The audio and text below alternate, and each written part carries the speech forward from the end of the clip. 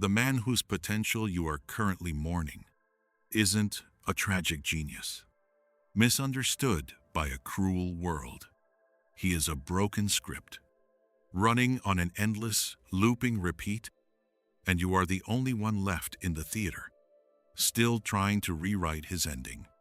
You are exhausting your life force, trying to water a plastic plant, desperately waiting for it to bloom. Feel that heavy, hollow ache right behind your ribs? That cold, leaden exhaustion that pulls at your shoulders. When he walks into the room, that is not the feeling of a challenging but rewarding partnership.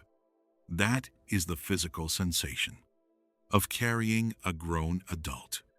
That is the silent scream of your own nervous system, warning you that you have slowly, unconsciously, been forced into the role of a parent to a man who absolutely refuses to grow up. Psychology has a name for this. Carl Jung called him the Puer Aeternus, the eternal boy, the man who is terrified of the gravity of adulthood, who hovers above his own life, refusing to land, refusing to commit, refusing to carry the weight of his own existence. He is deeply intoxicating at first. He brings spontaneity, charm, and a breathless sense of possibility. But possibility without execution is just an illusion, and eventually, the charm wears thin, leaving you to pay the bills, manage the schedules, and clean up the emotional wreckage. You must understand the mechanics of this unconscious actor. You must map his behaviors, not to fix him, but to free yourself. Here are the 7 signs of the eternal boy and the sovereign counters you will use to reclaim your energy. Sign number 1. The phantom future. You know the exact physical sensation of this trap. It is that sudden sinking drop in your stomach. When another deadline passes, when another promise evaporates into thin air. Picture the scene. You are sitting at the dinner table. He is leaning forward, eyes shining, talking about his grand new plan, the business he is going to start, the novel he is going to write, the massive shift he is going to make. Tomorrow. It is always tomorrow. Next week. Next year. The eternal boy lives entirely in the future, because the future is a fantasy realm where he is already successful, and it demands zero effort today. The sage reveal here is vital. He is not a visionary. He is terrified of the present moment. Action requires standing in the arena. Action risks failure. By keeping his life in a state of perpetual planning, he avoids the humiliation of being a beginner. Your sovereign counter is the withdrawal of your audience. The next time he presents a phantom future, you do not applaud, and you do not criticize. You offer a quiet nod and say, "I look forward to seeing you do it." Then you walk away. You stop funding his fantasy with your attention.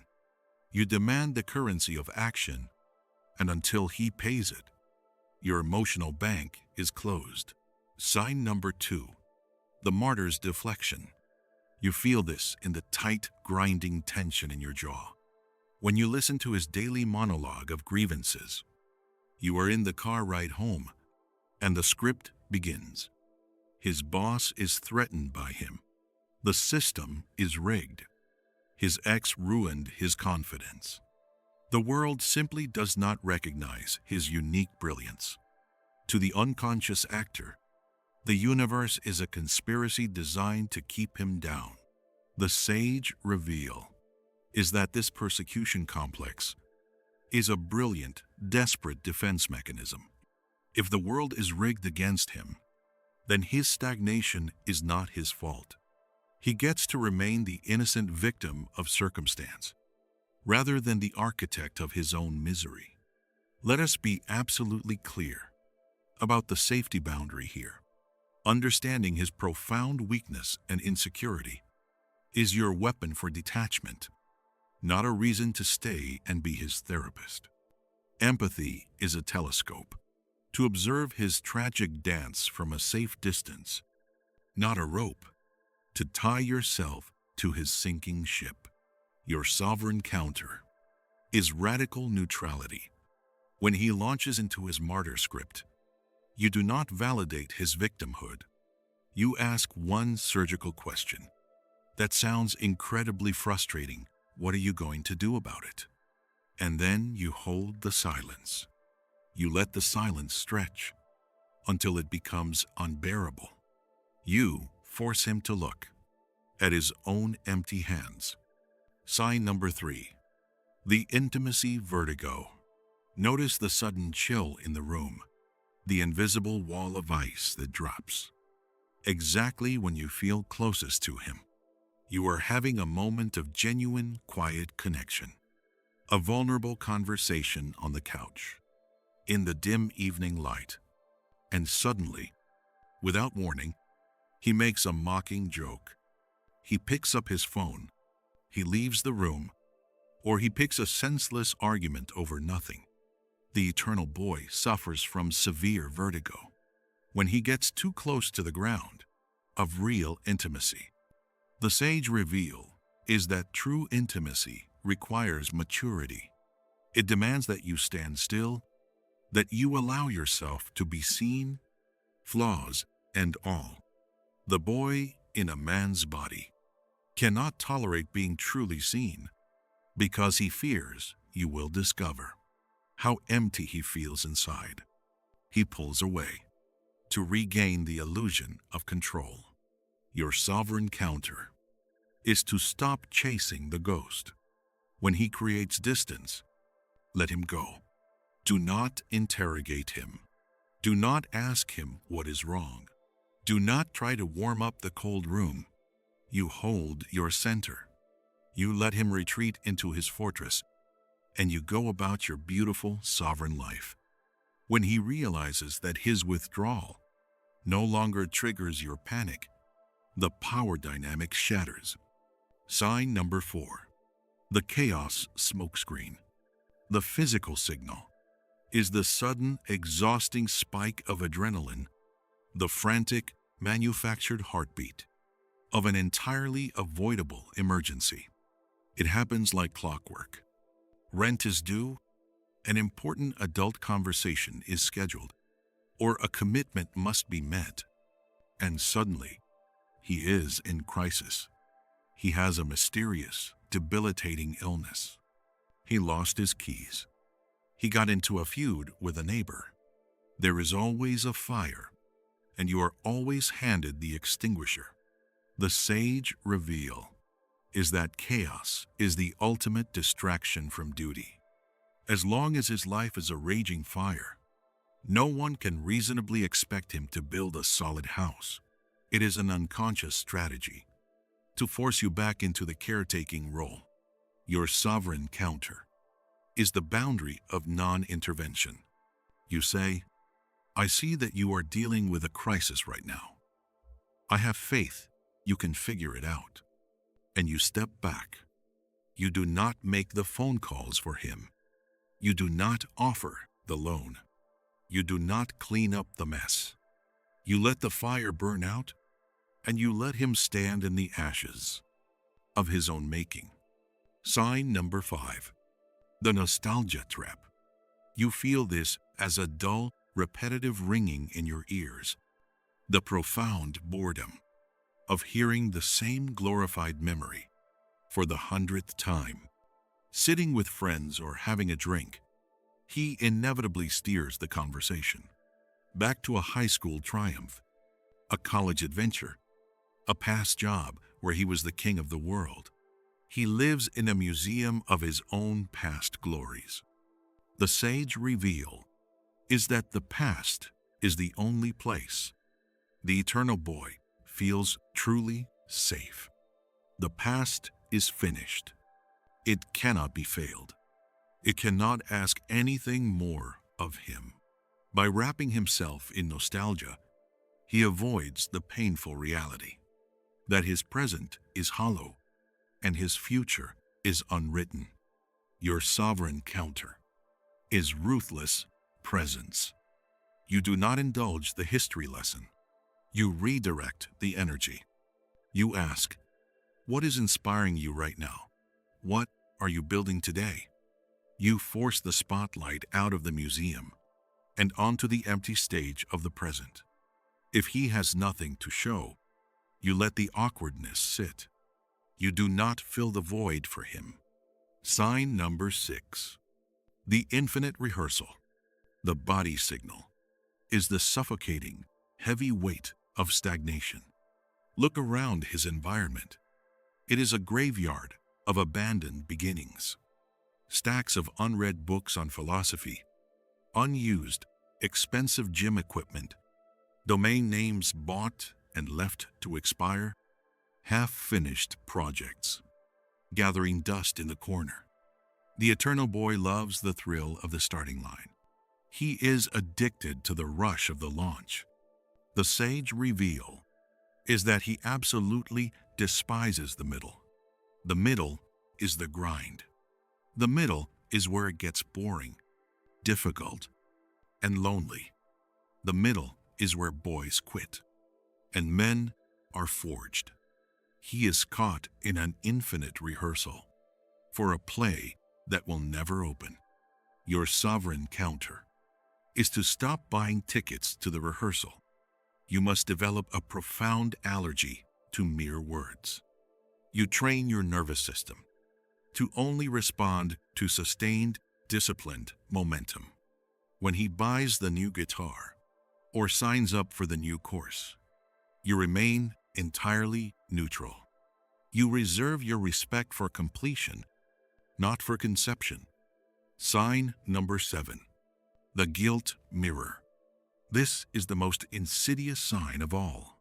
You feel it as a cold, twisting knot of confusion in the pit of your stomach. You approach him with a completely reasonable request.